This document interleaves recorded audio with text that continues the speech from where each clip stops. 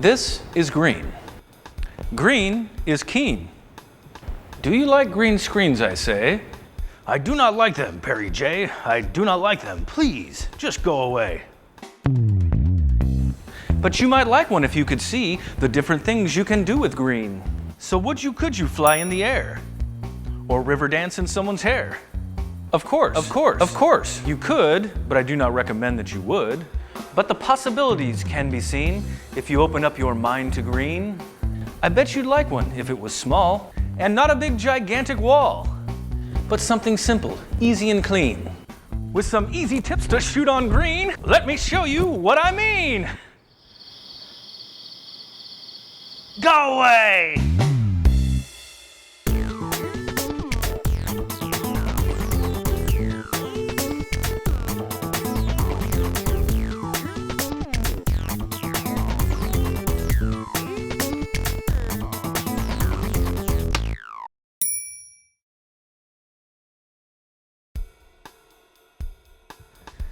Now, the technique of keying and using a color to create a matte or a background plate has been around for many decades.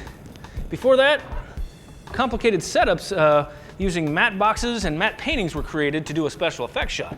Well, with advancements in technology, chroma keying, which was developed for television and is more synonymous with your local weather TV guy, it's become a viable method for both producers of film and video alike.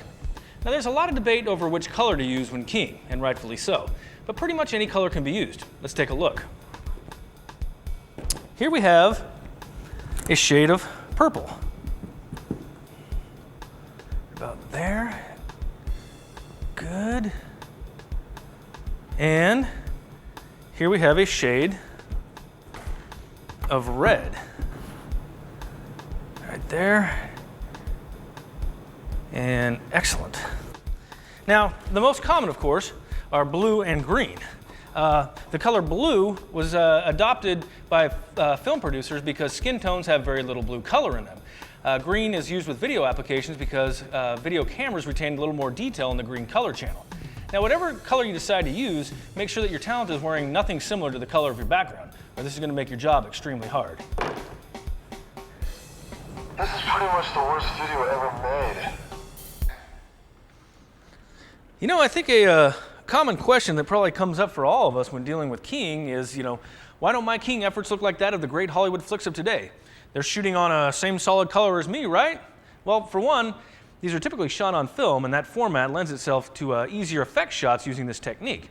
But also, in most cases, you're trying to do this by yourself or with a very small team, where a typical Hollywood blockbuster like this has teams of effects artists working during the production to get it right, and oftentimes an even bigger team of post-production artists performing complex composites and even rotoscoping frame by frame to achieve a perfect matte for the shot. Now, if you can afford to do this, my phone number's in the book. But if you're like me, you need to come down to reality and think in terms of what you can do with what you have.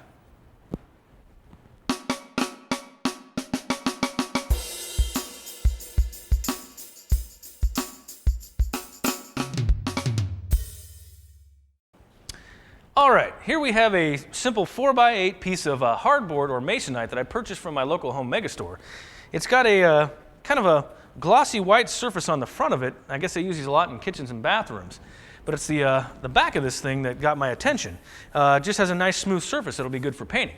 So I'm using this for a couple of reasons. One, it's cheap, like under 10 bucks. And two, it's got a nice smooth finish that'll take a nice matte paint finish really, really well. And it's also really lightweight, which is good, because what I'm going to do is screw this to a spare wall. So if I ever want to take it down, I can do it really, really quick. Now, this is great for those of you that are shooting out of your garage. You don't have to paint an entire wall, and when you're tired of looking at it, well, you unscrew it and you take it down. Now, I went ahead and put a little primer on this before I painted it. It just helps the paint to stick to it a little bit better, and it also helps for better coverage. Now, as far as the color of the paint, I could have gone ahead and purchased a chroma color green from some outfit and paid about 60 bucks for this couple of gallons. Now, there's nothing wrong with this paint. It works great. It does exactly what it's designed to do. But since I'm doing this demo on the cheap, I went down to my local paint store and found the wackiest color green I could find. This happens to be a Reptar green. It was in the Crazy Kids color section for doing a children's room in some sort of theme. But it's going to work great for our purposes. So I'm going to go ahead and finish painting this. All right, now that we've got our piece of hardboard painted and mounted into position, it's time to apply some simple lighting techniques to this to get it lit up. Now today I'm going to be using the 2,000 watt lamps equipped with some soft boxes. Now if you don't have a soft box for your lights, that's okay. You can always use a little piece of diffusion material or tough spun that you can clamp to the front of your light. So basically, let's go ahead and get this thing on. Basically what it does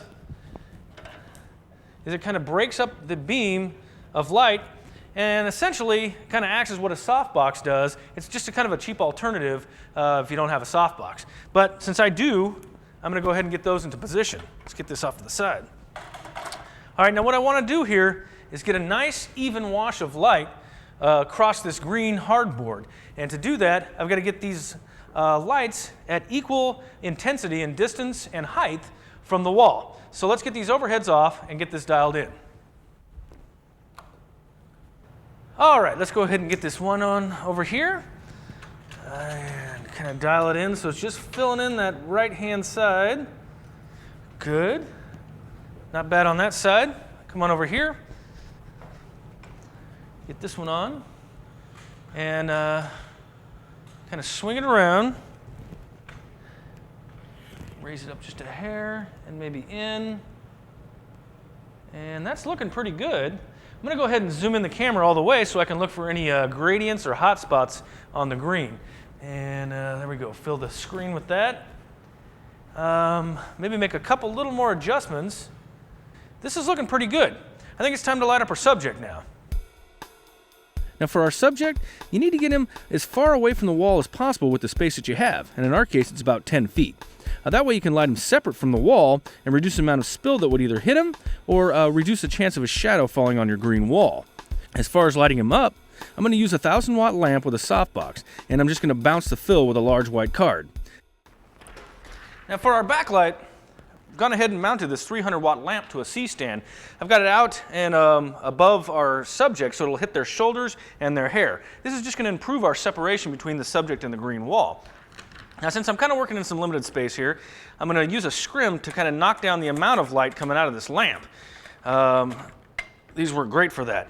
And also to this light, I'm adding an amber gel. It's a really light amber gel that's basically going to, kind of enhance the hair light on our subject, and it's just going to help us pull a better key. Let's take a look.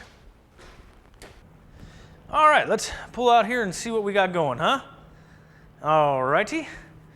Well, you can see that we've got our key light, which is another 1,000 watt lamp housed in a softbox. It's acting as our key, and it's doing its job, just kind of lighting me up really well. We've got our little reflected bounce card over here, just filling in this side with any, helping to fill in with any weird shadows or anything like that. Let's kind of zoom in here and go ahead and turn on our hair light that we put up there. This is just going to help with any kind of, with some separation between me and the green wall behind me. We clipped a little amber gel to that to help out as well. So, there you have it. With a setup like this, you should be able to pull a key with just a couple of steps. To find out, let's give it a whirl.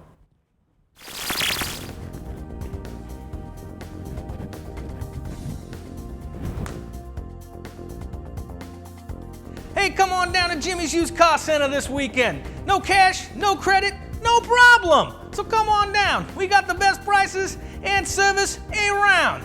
Get on down here. Let's mix this up a little further, shall we? All right, let's go ahead and get things cleared off here so we can set up for this little iPod ripoff shot here. Good, get that out of the way. Excellent. Okay, why don't we fire up the lights on the wall? Good, looking good. And we'll move this up to the front. I'm gonna use that just as a little source light here. Excellent. And how about a reflector? Okay, everything's in place, looking just about good. Turn off the overhead lights and...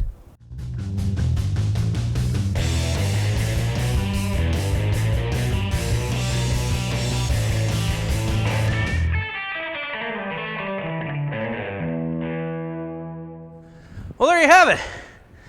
So if you're working on a tight budget and even tighter deadlines, try to keep your green screen efforts really simple. When you move up to a bigger wall like this, you can start doing more complex composites or cool things like this. Well, that's about it for this week. Thanks a lot for watching.